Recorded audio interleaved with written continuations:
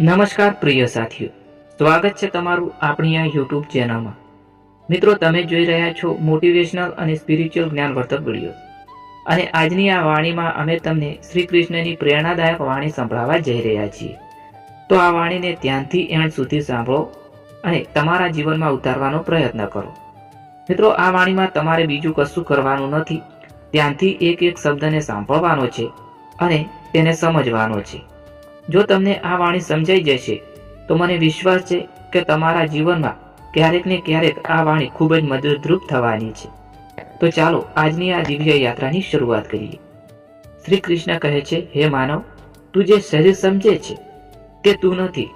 તું જે વિચારો સમજે છે તે તું નથી. તું જે ભાવનાઓમાં ફસાયેલો છે તે પણ તું નથી. તું એ ચેતના છે જે આ બધાને જોઈ રહી છે. જ્યારે તું આ સમજશે ત્યારે તારા ઘણા ભય ઓગળી જશે. શ્રી કૃષ્ણ કહે છે, માણસ સૌથી વધારે ભયમાં ત્યારે જીવતો હોય છે જ્યારે તે પોતાને માત્ર શરીર અને નામમાં બંધાયેલો જોવે છે. જ્યારે તે જાણે છે કે તે શાશ્વત આત્મા છે ત્યારે મૃત્યુ પણ તેને ભયભીત કરી શકતું નથી. મિત્રો, તું જીવનમાં દોડતો રહે છે, પરંતુ તું ક્યારેય થંભીને પૂછતો નથી કે હું ક્યાં જઈ રહ્યો છું. તું લોકોની ભીડમાં ખોવાઈ જાય છે અને પોતાની આત્માની અવાજ ભૂલી જાય છે. તું બહારની સફળતાને જ જીવન સમજે છે. તને લાગે છે કે નામ, પૈસા અને પ્રતિષ્ઠા એ જ જીવન છે. પરંતુ જ્યારે રાત્રે તું એકલો હોય છે ત્યારે તને ખાલીપણું અનુભવાય છે. એ ખાલીપણું તને બતાવવામાં આવે છે કે તું આત્માને ભૂલી ગયો છે. શ્રી કૃષ્ણ કહે છે, જે માણસ પોતાની અંદર ઝાંખી નાખે છે તે જ સાચે જાગૃત થાય છે. બહાર જોનાર અંત રહે છે, અંદર જોનાર જ્ઞાની બને છે. માનવ, તું સતત બીજાની તુલના કરે છે. કોઈ પાસે વધારે છે તો તું ઈર્ષ્યા કરે છે, કોઈ પાસે ઓછું છે તો તું અહંકાર કરે છે. આ બંને સ્થિતિ તને બંધનમાં બાંધે છે. તું જે છે તે પૂરતો છે. આ સમજણ તને મુક્ત કરે છે. તું પ્રેમની વાત કરે છે, પરંતુ તું પ્રેમને શરતો સાથે જોડે છે. તું કહે છે કે જો તું મને આવું આપશે તો હું તને આવું આપીશ. સાચો પ્રેમ કોઈ સોદો નથી મિત્રો. સાચો પ્રેમ સમર્પણ છે. શ્રી કૃષ્ણ કહે છે, પ્રેમ જ્યાં શરતોથી મુક્ત થાય છે ત્યાં ભગવાન પ્રગટ થાય છે. તું ભગવાનને માગણીઓની યાદી આપે છે. તું કહે છે, મને આ આપો, મને તે આપો, પરંતુ તું ક્યારેય નથી કહેતો હું જે આપ્યું છે તેના માટે આભારી છું. આભાર ભાવ તને નમ્ર બનાવે છે અને નમ્રતા તને દિવ્ય બનાવે છે. માનવ, તું ભૂતકાળમાં જીવતો રહે છે. તું દુઃખની યાદોમાં અટકેલો રહે છે. તું ભવિષ્યમાં જીવતો રહે છે. તું આશાઓ અને ભયોમાં ખોવાઈ જાય છે, પરંતુ તું વર્તમાનને ભૂલી જાય છે. વર્તમાન એ જ એકમાત્ર સત્ય છે. ભૂતકાળ તો માત્ર સ્મૃતિ છે. ભવિષ્ય એ કલ્પના છે. શ્રી કૃષ્ણ કહે છે, જે વર્તમાનમાં જીવે છે તે જ સાચે જીવતો હોય છે. તું જીવનમાં અનેક ભૂલો કરી છે અને એ ભૂલોના કારણે તું પોતાને દોષ આપે છે. પરંતુ ભૂલ તને તોડવા નથી આવતી, ભૂલ તને શીખવવા આવે છે. માનવ, જે પોતાની ભૂલમાંથી શીખે છે તે જ મહાન બને છે. તું સફળતાની વાત કરે છે, પરંતુ તું સફળતાની કિંમત ચૂકવવા તૈયાર નથી. તું મહેનતથી ભાગે છે, તું શિસ્તથી ભાગે છે, તું ત્યાગથી ભાગે છે. શ્રી કૃષ્ણ કહે છે, જે ત્યાગ કરવા તૈયાર છે તે જ સાચું પ્રાપ્ત કરે છે. તું મિત્રો શોધે છે, પરંતુ તું મિત્ર બનવા તૈયાર નથી. તું સહારો માગે છે, પરંતુ તું સહારો આપવા તૈયાર નથી. માનવ, જે આપે છે તે જ જીવનમાં સમૃદ્ધ બને છે. તું કહે છે કે દુનિયા ખરાબ છે, લોકો ખરાબ છે, પરંતુ તું ક્યારેય નથી પૂછતો કે હું દુનિયાને શું આપી રહ્યો છું. જો તું પ્રકાશ આપશે તો તને પ્રકાશ મળશે.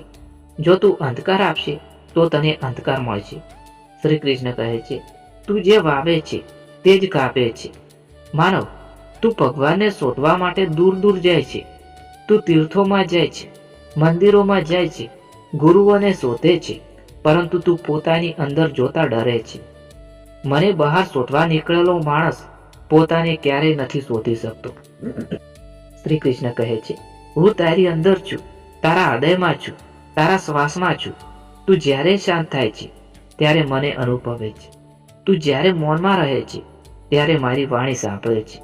માનવ, મૌન ખાલી નથી, મૌન સૌથી ભરપૂર અવસ્થા છે. તું જીવનમાં સતત બોલે છે, વિચારે છે, દોડે છે, પરંતુ તું ક્યારેય અટકીને શાંતિમાં નથી બેસતો. શાંતિમાં જ તને સાચી સમજ મળે છે.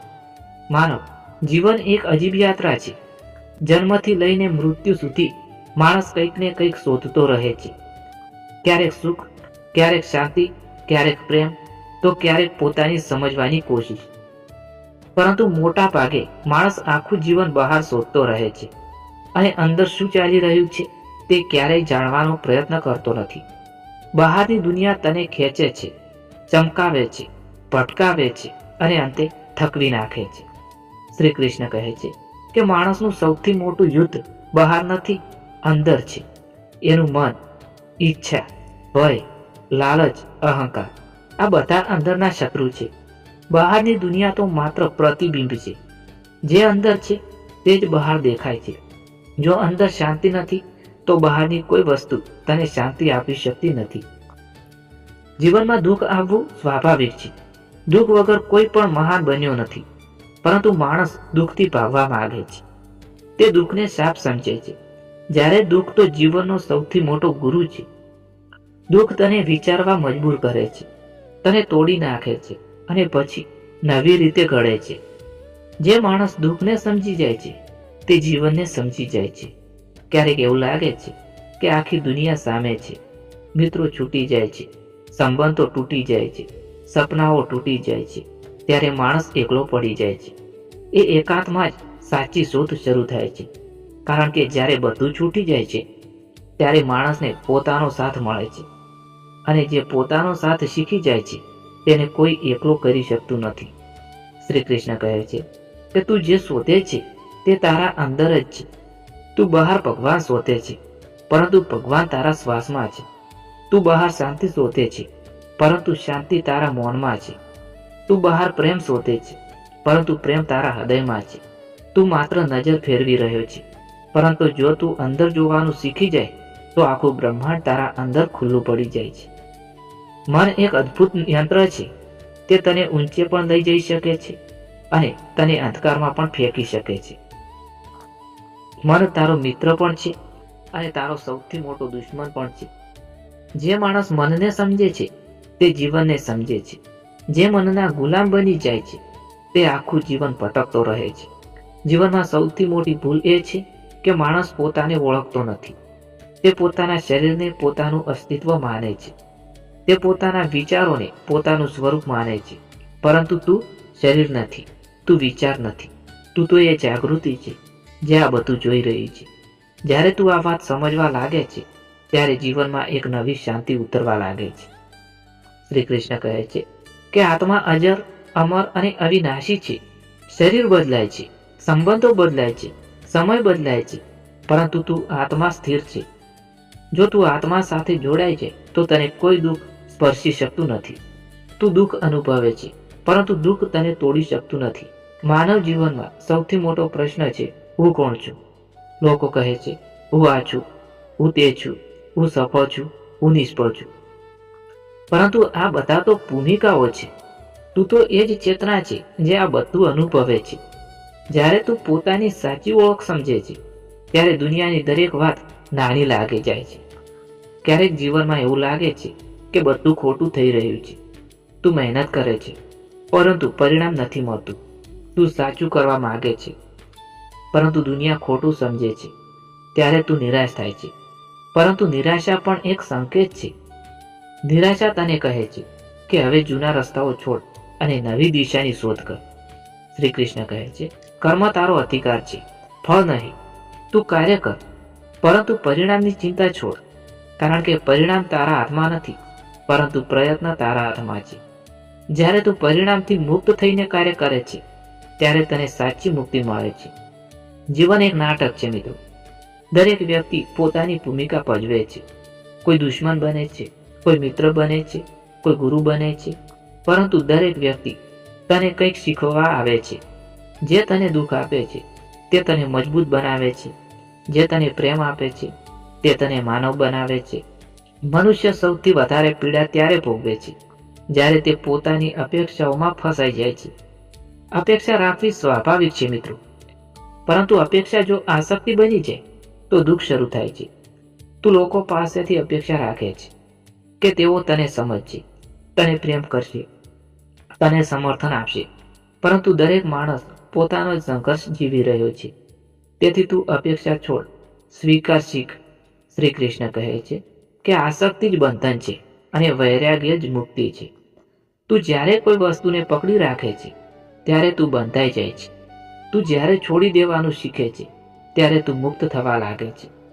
છોડી દેવું કમજોરી નથી, છોડી દેવું સૌથી મોટી શક્તિ છે. ધન્યવાદ. આ વાણીને આપણે અહીં વિરામ આપીએ છીએ. વિડીયો પસંદ આવ્યો હોય તો વિડીયોને લાઈક, શેર અને ચેનલને સબસ્ક્રાઇબ કરવાનું ભૂલતા નહીં. મળીએ શ્રી કૃષ્ણના નવા ઉપદેશ સાથે. ત્યાર સુધી જય શ્રી કૃષ્ણ, જય શ્રી મહાકાળીમાં, જય શ્રી સતીમાં, જય શ્રી ગોગાજી મહારાજ.